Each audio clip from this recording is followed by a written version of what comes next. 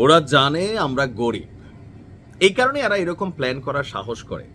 আর আমাদের মতন গরিবরা এই ধরনের সুযোগ পাইলে আমাদের মতন দেশের সরকারও এগুলো নিয়ে প্রাউড করে। কিন্তু টাকার জন্য বা টাকার লোভে অন্তত এই ধরনের মিশনে কোনোভাবেই যাওয়া উচিত না, কোনোভাবেই না। এখানে ট্রাম্প বা আমেরিকা বেসিক্যালি তাদের যে পরিকল্পনাগুলা বাংলাদেশ সেনাবাহিনী নিয়ে এই মুহূর্তে খুবই ষড়যন্ত্রমূলক আমার কাছে মনে হয়েছে। কেরে বাবা, তোরা না পৃথিবীর সবচেয়ে শক্তিশালী সেনাবাহিনী, তো তোদের লোক পাঠা, কারণ পাঠাবে আমাদের সেনাবাহিনী, নৌবাহিনী, বিমান বাহিনী। ইভেন আমরা এগুলোতে যাব কেন? কারি কারি ডলার পাওয়া যায় মিশনে গেলে। দেখেন অন্যান্য দেশে এই ঘটনা ঘটে, সেটা মাইনে নিলাম। এরা নিজেরা সারা পৃথিবীতে ভেজাল লাগাইয়া পরে যে গরিব রাষ্ট্রগুলা থেকে মিশনের নাম দিয়ে অনেক সেনা অফিসারদেরকে নিয়ে যায়, আর আমাদের তারাও যায়। একদিকে ভালো, কিন্তু আরেকদিকে পুতিনের মুখের সামনে পড়া, এটা ভাই ভিন্ন হিসাব। ইউক্রেন নিয়ে নতুন একটা পরিকল্পনা করছে আপনার আমেরিকা।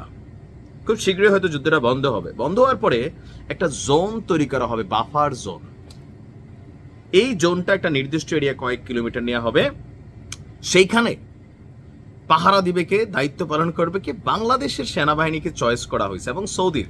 তো সৌদিতে আসলে সৌদির নিজস্ব লোক সেনাবাহিনীতে কাজ করে কিনা আমি জানি না, বা সেখানে সৌদি যাবেও কিনা, কিন্তু বাংলাদেশ যাবে। আচ্ছা, প্ল্যানটা শোনেন। রাশিয়া এবং ইউক্রেন যে যুদ্ধ চলছে সেটার অবসান নিয়ে ট্রাম্পের পরবর্তী পদক্ষেপ কি তা নিয়ে একটা ধারণা সামনে আসছে, যে যুদ্ধবিরতির পর দুই দেশের মাঝখানে গড়ে উঠতে পারে একটি বাফার জোন, আর সেটির নিরাপত্তার তত্ত্বাবধানে নেতৃত্ব দিতে পারে যুক্তরাষ্ট্র। মার্কিন গণমাধ্যম এবিসি নিউজ বলছে শুধু আমেরিকা নয়, বাফার জোনের স্থিতিশীলতা নিশ্চিত করতে সেখানে মোতায়েন করা হতে পারে ন্যাটো বহির্ভূত দেশগুলোর সেনা। তো ন্যাটো তো পুরোটা ইউরোপী, এর বাইরে কারা আছে? আমাদের মতন গরিব মিসকিন দেশগুলা। যেখানে আলোচনায় এসেছে সৌদি আরব, বাংলাদেশ সহ একাধিক দেশের নাম। সৌদি সম্ভবত যাবে না, আর গেলেও তারা কমান্ডিং এ থাকবে, আমাদের তারা দিয়ে দিবে মাঠ পর্যায়ে পুতিনের বড় বড় মিসাইলের সামনে।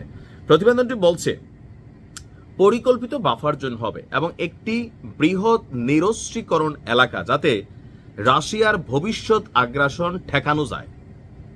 সৌদি কিংবা বাংলাদেশের সেনাদের অংশগ্রহণ সেই নিরাপত্তা জোরদার করবে বলেই মনে করছে যুক্তরাষ্ট্রের নীতি নির্ধারকরা। বাংলাদেশ সেনাবাহিনীর সুনাম আছে দেশের ভিতরে। আমাদেরকে এখন মানে ইতিহাসের সর্বনিম্ন পর্যায়ে বাংলাদেশ সেনাবাহিনীর মান মর্যাদা প্রতিনিয়ত ভুলণ্ঠিত হচ্ছে অনেকের কাছেই। সেনাবাহিনী ধৈর্যের পরিচয় দিচ্ছে, কিন্তু দেশের বাহিরে সেনাবাহিনী মিশনগুলোতে যখন যাচ্ছে, জাতিসংঘ বা বিভিন্ন জায়গায় পজিটিভ বার্তা রাখছে। আমাদের অনেক ভাইরা কুয়েতেও অনেক দায়িত্ব পালন করছেন, আমারও পরিচিত আছে, যে মিশনের পরেও তো ওই দেশের সরকার তাদেরকে সেখানে রাইখা দেয়। তো এগুলা দেখা বা সামহাও মনে করছে যে বাংলাদেশ গরিব রাষ্ট্র, সেনাবাহিনী মোটামুটি আছে ভালোই, সাহসিকতাও আছে, তো পাঠাইতো রাশিয়ার আগ্রাসন ঠেকাইতে, মানে ইউক্রেনকে নিরাপত্তা দিতে। কারণ ইউক্রেন থেকে রাশিয়াতে হামলার পরিমাণ বা সংখ্যা খুবই জিরো। রাশিয়া যে কোনো সময় আবারও ধুচাবে। তো যখন ধুচাইতে আসবে তখন আমাদের যারা ভাইরা বা পুলিশ, সেনাবাহিনী, বিজিবি, আই ডোন্ট নো কোথায় কোথায় থেকে যাবে, তাদের জীবন আসলে অনিরাপদ থাকবে। পৃথিবীর অন্যান্য দেশে আমাদের মিশনের জন্য আরো হাজার হাজার সেনাবাহিনীর লোক যাক, কিন্তু এই অঞ্চলে আমি যতটুকু বুঝতে পারতেছি বাফার জোনে এখানে যাওয়া কোনোভাবেই উচিত হবে না। এখন অনেকে হয়তো বুঝতে পারতেছেন না বাফার জোনটা কি। এটা হচ্ছে দুই অঞ্চলের, ধরেন ইউক্রেন এবং রাশিয়া বর্ডারের ঠিক মাঝখানে একটা জায়গা তৈরি করা হবে, যেটা হবে নিরপেক্ষ বা নিয়ন্ত্রিত এলাকা। এখানে উভয় পক্ষের মধ্যে উত্তেজনা ও সংঘর্ষ প্রতিরোধ করা।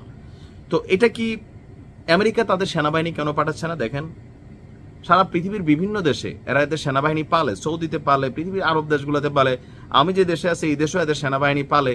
তো এরা নিজস্ব বেতন দিয়া কেন ওইখানে নিয়ে নিজস্ব লোক বসাইতেছে না? কারণ এরা জানে পুতিন ঝুঁকবে না, মাঝে মাঝে মারবে সালা। এখানে লাশ পড়বে বাফার জোনে, আর বাফার জোনে কাদের লাশ পড়বে? বাঙালির। তা আমার মনে হয় সরকারের উচিত হবে অন্তত এই ইস্যুতে কনসেন্ট্রেশন না নেওয়া, বা যারা যাবেন সেনাবাহিনীর ভাইরা বুঝা যায়েন কোথায় যাচ্ছেন, পুতিন কাকুর কাছে। বিপরীতে আর কি লড়াইটা। ভালো থাকুন।